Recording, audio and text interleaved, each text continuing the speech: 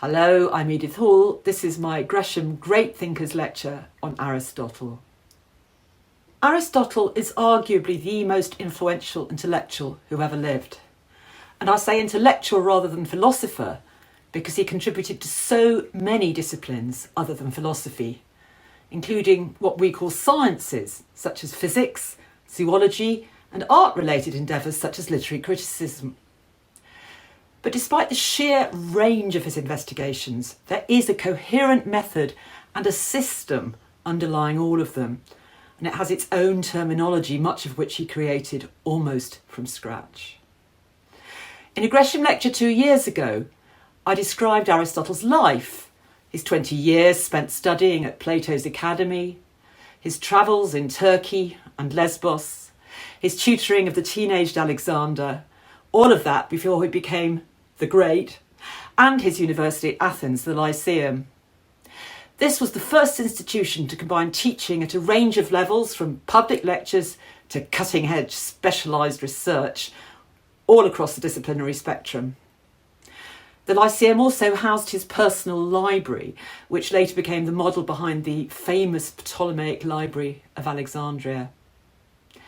Aristotle founded the Lyceum when he was nearly 50, and he died not much more than a decade later after being driven out of Athens by politicians who were suspicious of his association with Kings Philip II and Alexander III, the Great of Macedon.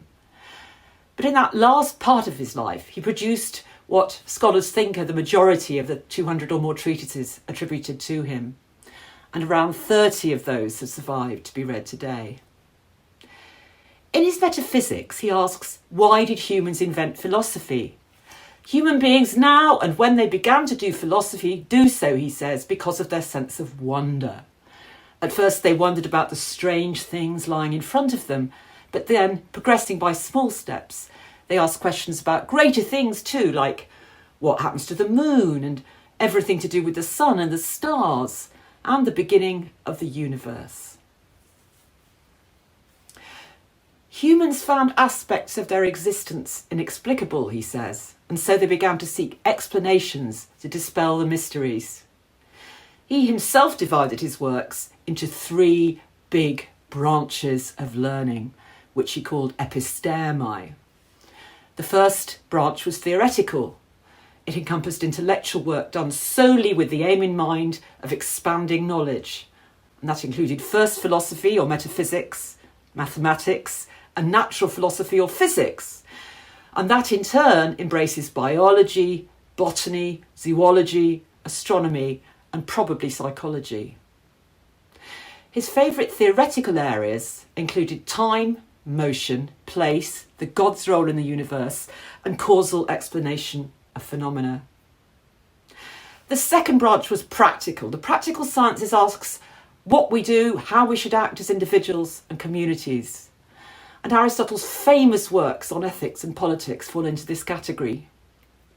The third branch, though, was productive, and this covers discussions of the types of knowledge or craft which generates useful skills in life, such as medical law, rhetoric, art and architecture, shipbuilding, navigation, equestrian science, theatre, and music. The second half of this lecture will look at those branches of knowledge, but the first examines the intellectual tools and methods he developed and used so distinctively in all of them. Appearance, puzzles, and opinions. Aristotle always starts from the assumption that we can normally rely on our sense perceptions and ability to understand what we perceive with them, our powers of cognition. And this already distinguishes him from his teacher Plato, who was convinced that sense perceptions were possibly deceptive. Aristotle believed that the material world around us that we can perceive through our senses is real and really deserves our wholehearted attention without wasting too much time on sceptical doubts that it exists in the first place. And regardless of what area he's investigating, he starts with what he can observe, the appearances, which he called ta phenomena, the phenomena. And he identified puzzling aspects of these phenomena which he needed to have explained, and these were called aporiae, and that means places from which no clear path of exit is apparent. So if we're going to begin understanding the puzzling aspects of phenomena, what we have to do is list the opinions that have been expressed about them before, the endoxa.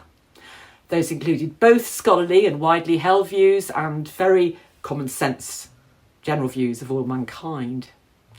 So whatever we're studying, we need to identify and set out the things that appear to be the case of phenomena. Some of these things aspects will baffle us, and we need to identify those as aporiae, and then we have to collect the endoxa, the plausible explanations traditionally offered. Endoxa he defines as those opinions accepted by everyone, or by the majority, or by the wise, and amongst the wise by most or all of them, those who are the most notable and have the highest reputation. A clear example is in his treatment in the Nicomachean Ethics of the aporia in human behaviour that we're sometimes weak-willed. We may know what we should do or should not do, but actually not be able to implement it. And he calls this akrasia, a lack of blending in the soul. And at this point, he lays out his fundamental approach. As in other matters, we must set out the appearances, the phenomena, identify the puzzles they entail. This is the way in which we need to prove the received opinions, the endoxa, about these sorts of experiences. If the phenomena prove to be deceptive, then we need to reformulate them, even though Aristotle has a considerable trust in sense perceptions of reality, unlike Plato. And if the endoxa contradict one another, some or all will need to be discarded if the scientific work of reasoning makes it necessary. A clear illustration is where he's discussing time in the physics. This phenomenon, what appears to us, is that time exists or at least passes. But when we try to define it, we become bewildered. And to address this aporia, we first need to collect the endoxa, what things have been said about time by previous thinkers. He sets out the first aporia. Does time exist, and if so, how? Now, one opinion is that time is the totality of past, present and future. But another opinion says that only the present exists, the past and future don't. If we respond that time is the sum of what exists, what currently exists, what existed, what will exist, we have a necessary but not a sufficient definition. Plenty of other things existed and will exist too. And there's another objection that can be made. The notion of the present is problematic. The present must either remain the same forever or be constantly changing. If it remains identical, then the present moment would be identical to the present 10,000 years ago, which is obviously silly. But if it's in a constant state of change, then it's never the same, in which case the present in the past must have come into existence and then out of existence. So the endoxa give Aristotle a staircase up which to climb in search of a higher and more satisfactory analysis and explanation. Logic. Aristotle's advanced logic can also be seen at work across everything he wrote. He doesn't include it as a separate discipline within that trifold division of the branches of knowledge, theoretical, practical and productive, because logic belongs to all of them. And his work is unified by a system of logic, even though he didn't actually use the word, and valid inference. And that underpins all his argumentation. In his framework, although he's not actually explicit about it, logic doesn't belong to any one science, but formulates the principles of correct argumentation suitable to all areas of inquiry and shared by them all. He draws up principles of adequate inference and explores common ways in which people reason falsely. The treatises on logic and modes of argumentation have been transmitted under a group name, the organon, and that just means the tool, the organ, although that wasn't Aristotle's terminology either. But it is an appropriate metaphor for thinking about logic as an instrument applicable across all human reasoning and knowledge acquisition. The organon has been seminal in the evolution of philosophy and science and mathematics. He wasn't content with using arguments. He thought that the reasons that we use for supporting or refuting theories are very complicated and require analysis in their own right. He saw that a discipline was needed which studied not a content, so plants in botany or human behaviour in ethics, but the form taken by the arguments we use when we apply reason.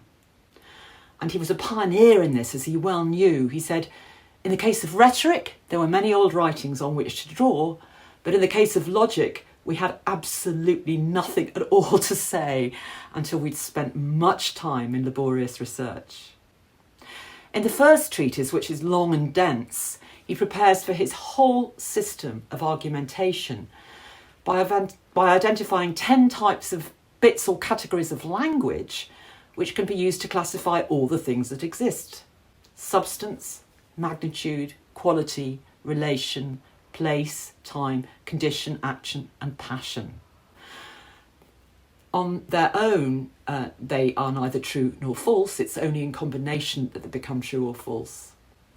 So, substance, ousia is, say, a woman, a horse, Socrates, or a car.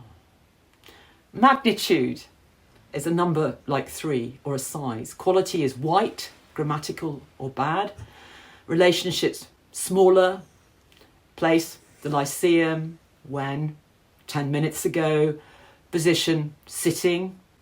State or condition because of what it has, so shod or inlaid. Action, smiles. And then passion, which actually means just the passive thing, to be smiled at. So we could make a sentence using all 10, such as the woman, 5'7", an academic, mother of Sarah and Georgia, at Gresham College today, is standing as she lectures and is recorded.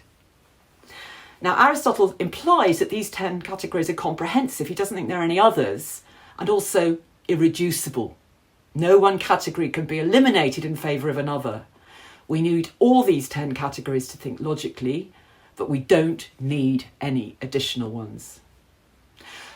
Of course, we can see that in practice there are potential problems with several of these categories. The term aslant, for example, that could be thought to be an obvious case of number 7, position. But you could argue that it needs something to be aslant in relation to a flat floor, for example, or a perpendicular wall, and that would make it a number 4. Or take woman. A structuralist linguist will say that that word too doesn't just describe a substance, but it actually requires something to be in relation to the concept of a man in order to have meaning. But that said, Aristotle's categories represented a huge step forward in the systemisation of Greek argumentation. The second treatise, on interpretation, explores further issues in the philosophy of language, including categories relating to grammar, so nouns, names, verbs, prepositions. He also addresses the problem of future contingents. Now, this is a future which could be brought into effect if certain circumstances applied, but remains only possible. It may or may not be fulfilled. To illustrate what he means, he offers his celebrated paradox of the sea battle. Take the statement, tomorrow a sea battle will take place. Is this a true or false statement? It must be one or the other, but we cannot know until tomorrow whether it was true at the time it was uttered. So that this shows that some things are contingent. The future will depend on decisions we take. How we deliberate will determine the truth or falsity of the statement at the time it was made. An important element in Aristotle's thought is analysed in the prior analytics, and that is the syllogism. Syllogisms are arguments used to reason and deduce principles and ideas. After Aristotle, they were used by all medieval philosophers, and they were a fundamental part of philosophy until very recent times. The simplest but most important forms of argument are simply statements or premises. From putting two statements together, we can deduce or infer a third, which constitutes a conclusion or a truth. A syllogism in Greek just means a process of putting arguments together. And here is a successful syllogism. Premise 1. All philosophers are human. 2. Aristotle is a philosopher. Conclusion. Therefore, Aristotle is a human. Aristotle was the first to see this could actually be written out in a universal form. All philosophers X are human Y. Aristotle Z is a philosopher X, therefore Aristotle Z is also a human Y. Now, most syllogisms fall into certain basic categories, depending on the form taken by the premise and the modifying adjectives. So you can have all philosophers or some philosophers, for example. A modifier can be negative, no philosophers. Aristotle realised that rather more complicated syllogisms involve those negative statements. So, premise 1, Aristotle and Theophrastus are not both at the Lyceum today. 2, Theophrastus is at the Lyceum today. Conclusion, therefore Aristotle is not at the Lyceum today. If both premises are true, the conclusion is certain to be true. If the premises are correct, a valid and useful conclusion can be drawn. But the devil with formal logic is in the detail. By the age of 7, most children can spot a faulty illogical conclusion, as in this. 1. All Britons are human. 2. Some humans like bananas. Conclusion. Therefore, all Britons like bananas. If only some humans like bananas, then we cannot assume that all Britons do. The conclusion does not follow. It is a known sequitur. We would need more information in order to derive that conclusion.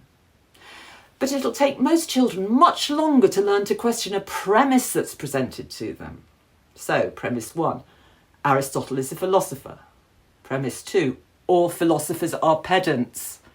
Conclusion, therefore Aristotle is a pedant. The first premise here is indisputable, and even the conclusion derives logically from the premises if you accept them. But the problem lies in the second premise. Experienced philosophers, politicians and lawyers all know that the clever place to hide a logical problem or a tendentious viewpoint is in that second premise. The vulnerable point is always in the middle of the syllogism, because if the listener has accepted our first premise, they've put in the frame of mind which regards you as plausible and makes them much more willing to accept your second. Most arguments relying on racial or other discriminatory prejudice house an incorrect statement, often a value judgment, a generalisation in their second premise. All Irish people are lazy, all redheads have a temper, no woman can park a car. Now, one of the problems facing Aristotle in his extraordinary project of classifying modes of logical argumentation was how very few endoxa were available to him. He apologised to his students for any defects that might arise from this. Once you've surveyed our work, he wrote, if it seems to you that our system has developed adequately in comparison with other treatments arising from the tradition to date, bearing in mind how things were at the beginning of our inquiry, it falls to you, our students, to be indulgent with respect to any omissions in our system and to feel a great debt of gratitude for the discoveries that it contains. Now, although logic studies have now moved far beyond the limits of Aristotle's organon, it's impossible to overstate his achievement. Immanuel Kant, who disagreed with Aristotle on countless issues, wrote that since earliest times logic has travelled a secure course can be seen from the fact that since the time of Aristotle, it hasn't had to go a single step backwards.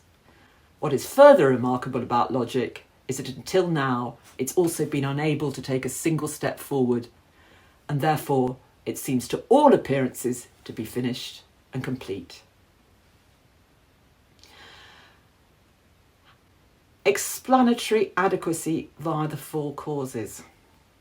In his Physics, Aristotle gives an account of his theory that an adequate explanation of most things can be arrived at by identifying his four causes or becauses.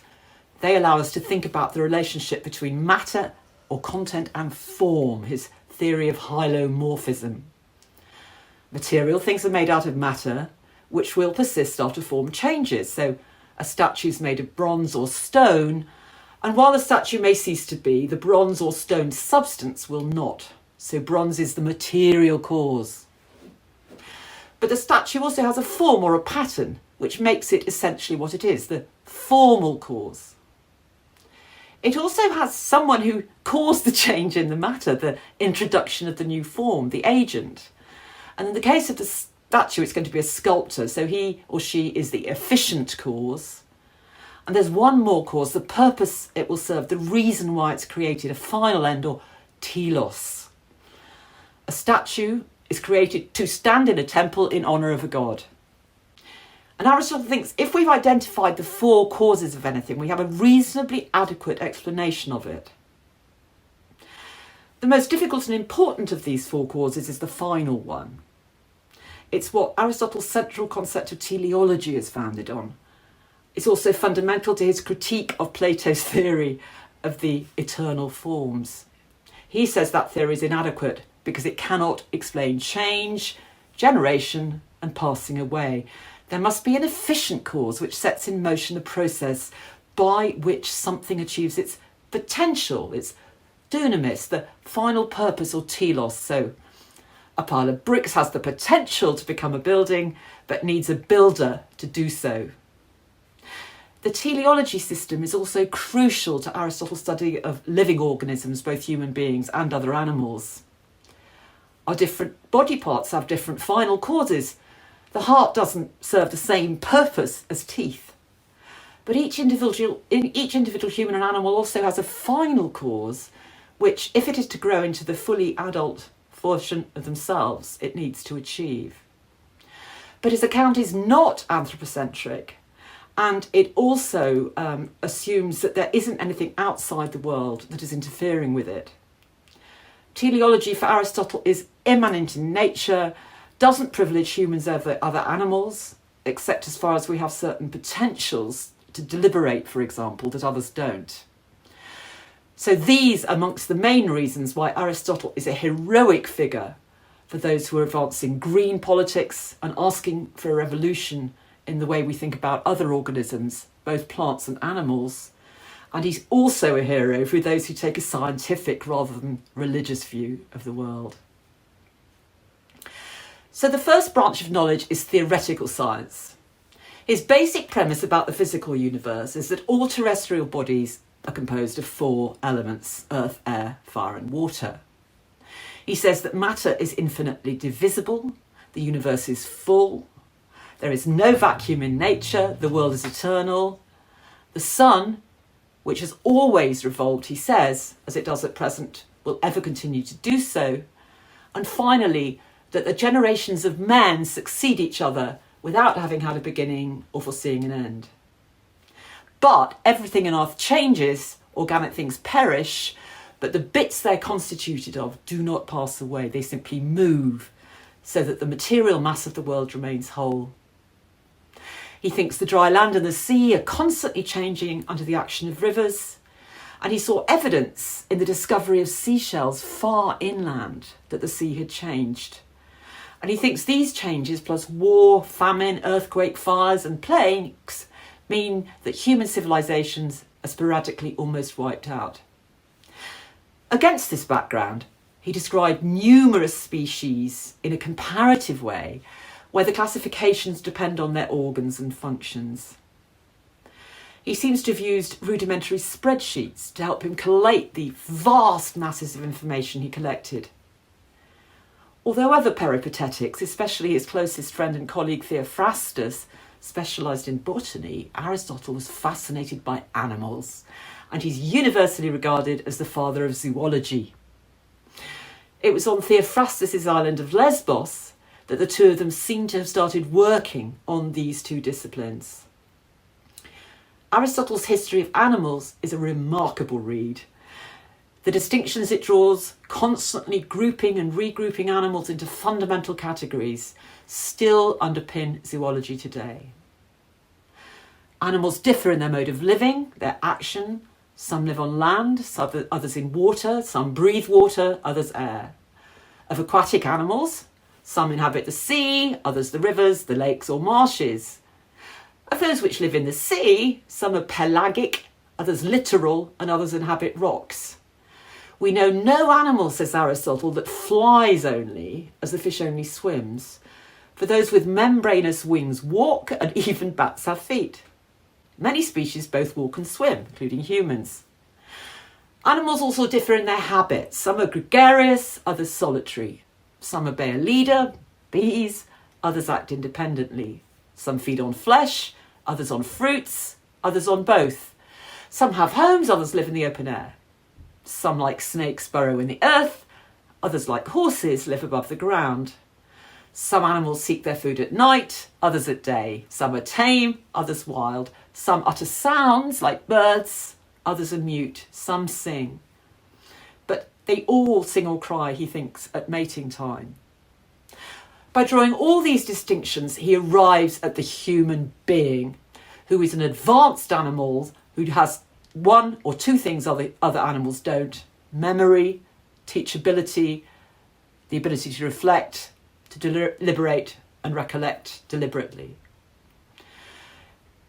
His major categories were repeatedly subdivided: red-blooded animals, that's quadrupeds including animals, serpents, birds, fish and cetacea, and white-blooded animals, testacea, crustacea, molluscs and insects. His quadrupeds include the mammals and the quadrupedal reptiles. And then he divides them into those which are viviparous and those which are oviparous eggs. Some are covered with hair, the latter with scales. Serpents are also scaly and, except for the viper, oviparous.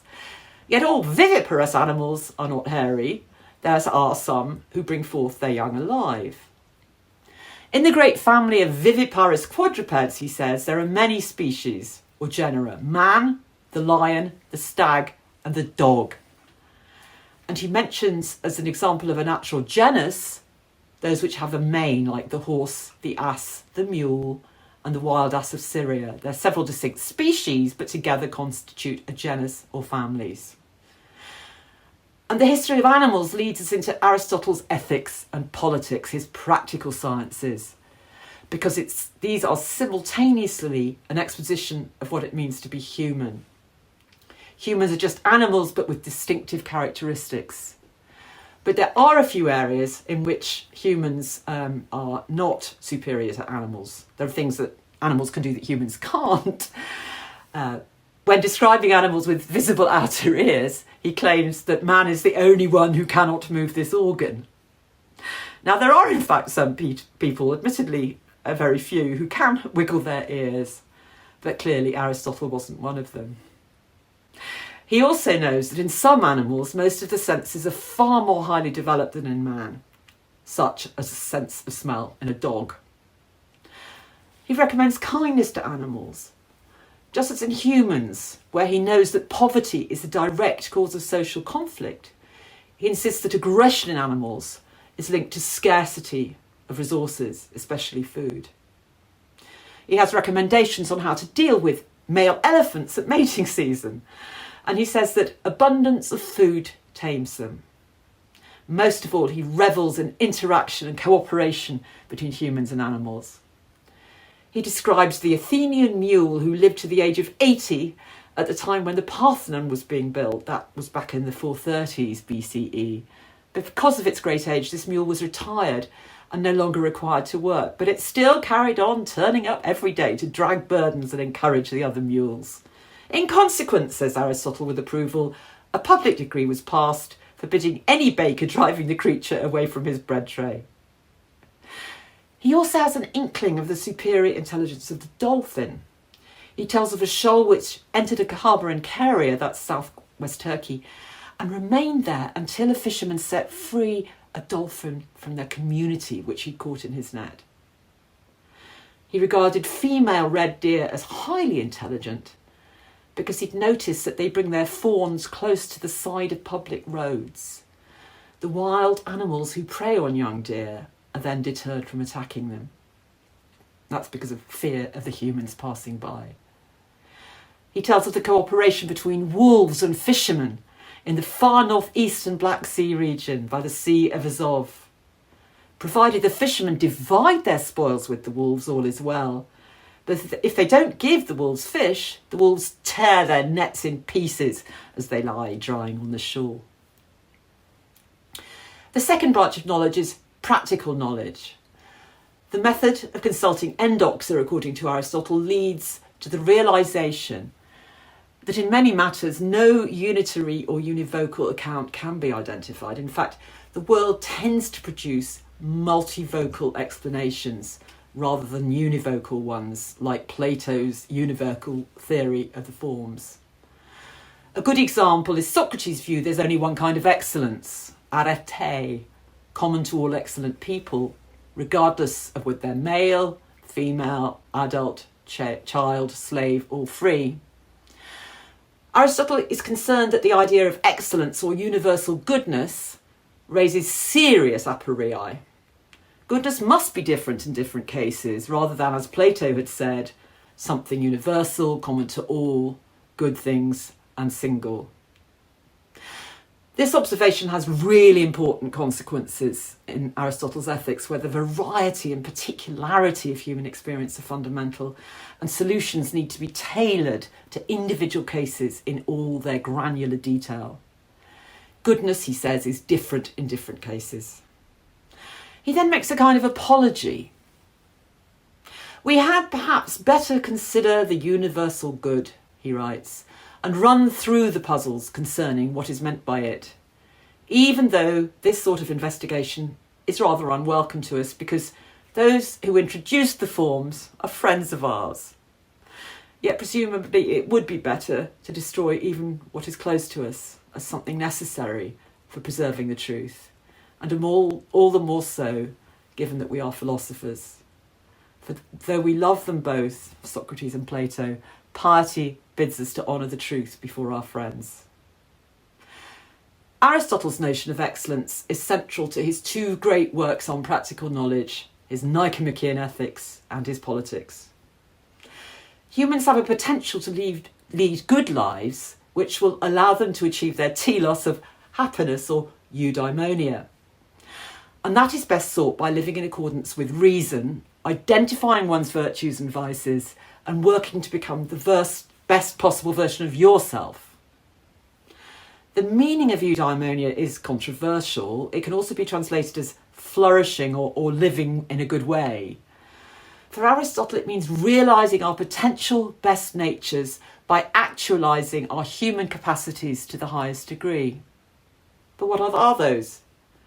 It's not that humans are just simply alive in the sense of nutrition and growth, which is common to plants even.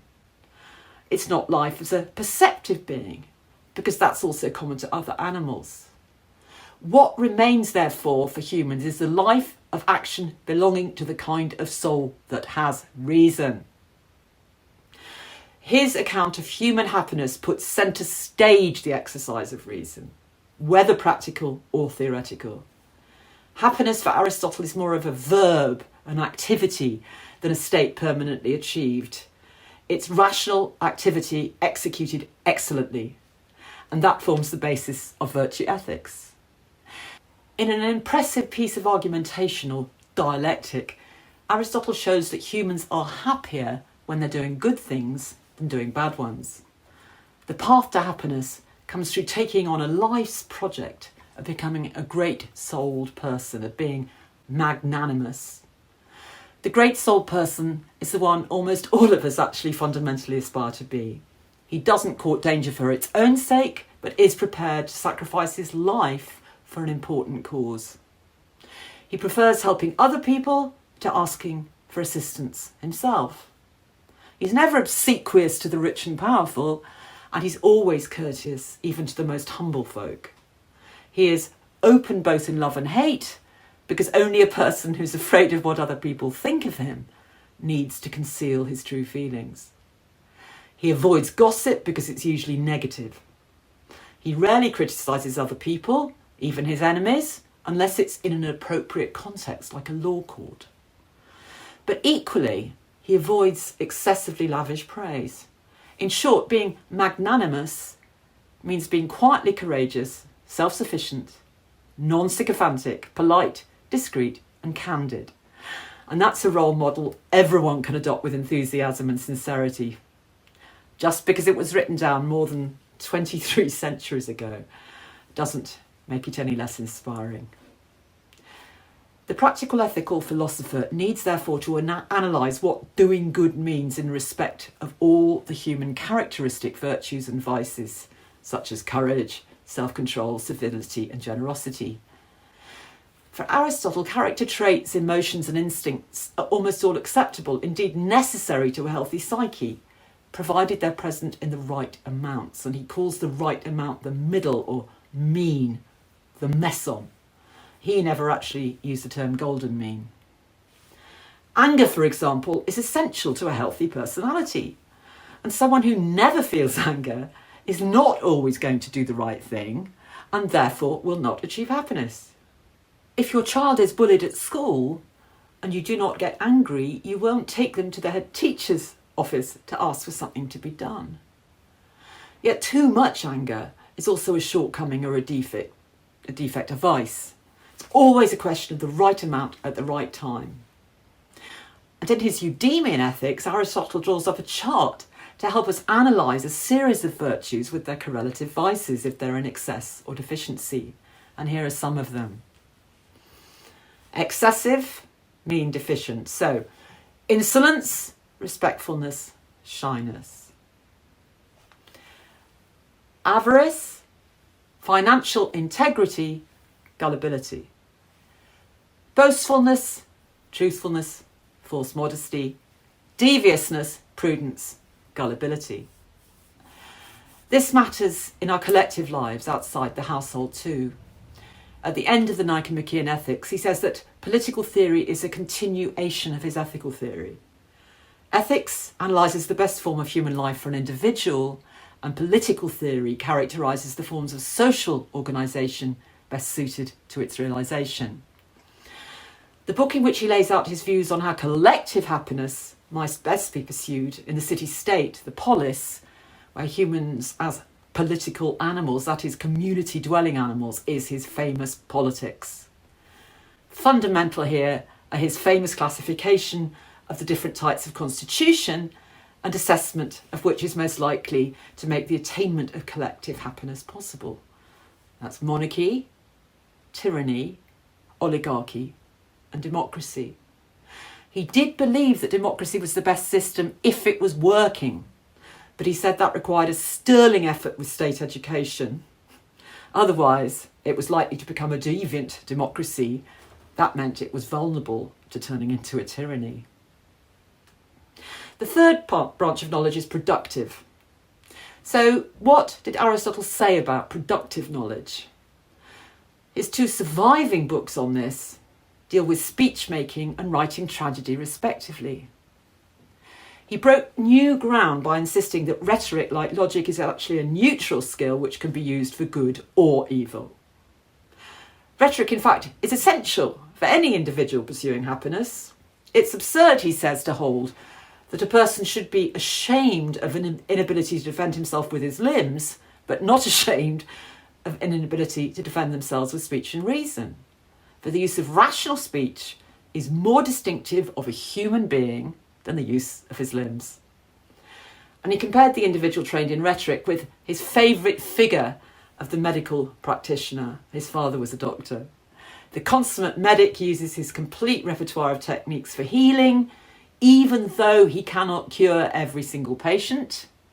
The rhetorician, similarly, needs to have a total understanding of all the techniques available and how to implement them, even though he may not always succeed in persuading everybody of his case. Aristotle's theory of persuasion was developed integrally with the rest of his works. Emotions and thought underlie his whole virtue ethics, but they're also integral to his advice on persuasion.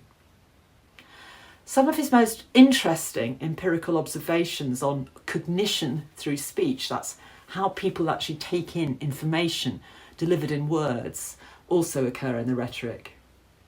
His entire theory is built on the relationship between the communicator and the audience, and how emotions and language create that relationship. Aristotle is not taken in by rhetorical tricks. He offers amusing examples of how speakers put a negative or a positive spin. One man's terrorist is another man's freedom fighter. Aristotle says you can call Orestes, who killed his mother Clytemnestra in revenge for her killing of his father, you can actually call her Orestes either a father avenger or a mother murderer, depending on whether you want your audience to sympathise with him or loathe him.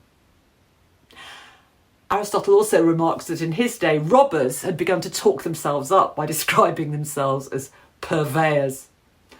And the poet Simonides, he says, who was asked to write an ode celebrating a victory at one of the athletic contests, actually in the race for mules, that poet Simonides, he declined because he said it was impossible to write an ode, an elevated verse genre, on such an undignified animal. But when the customer offered him enough money, Simonides decided to talk up the mules, and he wrote, "Hail, daughters of storm-footed steeds." Simonides would have made a good spin doctor. The only leisure interest to which Aristotle devoted serious philosophical thought was dramatic literature. And that's the central topic of his Poetics. Now, it's remarkable he should have done this because his teacher Plato had objected so strongly to the mimetic arts that they're banned from his city-state in the Republic. Why would Aristotle spend so much time thinking about the fictional stories enacted in the popular theatre? And the only explanation is that he was personally convinced that such entertainment had the potential massively to enhance the emotional and moral life of both individual spectators and the community as a whole. Aristotle was the first philosopher to argue that the arts could be wonderfully educative. He argued that the producers of drama and music in a democracy hold such great responsibility they should be publicly appointed officials and of secondary importance only to priests. The arts in general and tragedy in particular allow us, he says, to think deeply about difficult subjects such as death, while experiencing pleasure and emotional responses that are beneficial for the spectator's moral lives and psyche. That's the idea of catharsis, meaning this type of beneficial process. So in conclusion, Aristotle's afterlife. His status as great thinker is indisputable. His works lay at the heart of the work of the philosophical schools in later antiquity. From the 6th to the 12th century CE, although in Western Europe most of his writings were inaccessible, he was studied extensively both in Byzantine philosophy and the Arabic intellectual tradition. In the early 11th century, he was read avidly by the Persian peripatetic philosopher, polymath and medic Ibn Sina, known in the West as Avicenna. In the 12th century, the way Aristotle was received radically affected not only how Christians but also Jews and Muslims saw the relationship between faith and reason. That was when the great Aristotelian Averroes, Ibn Rashid, was writing his commentaries in Andalusia. Thomas Aquinas in the 13th century tried to fuse Aristotelian philosophy with the principles of Christianity. Dante sees Aristotle sitting there in charge of all the other great world thinkers in the afterlife. He's the maestro di coloro che sanno, the master of those who know. He was central to Renaissance thinking and early modern science, although falling somewhat out of favour until the 20th century. But modern philosophers, including Alistair MacIntyre and Philippa Foot, rehabilitated virtue ethics. While some of Aristotle's economic and biological thought is increasingly being seen as a productive basis for green and environmentalist philosophy. Truly, he deserves Dante's title of Master of Those Who Know.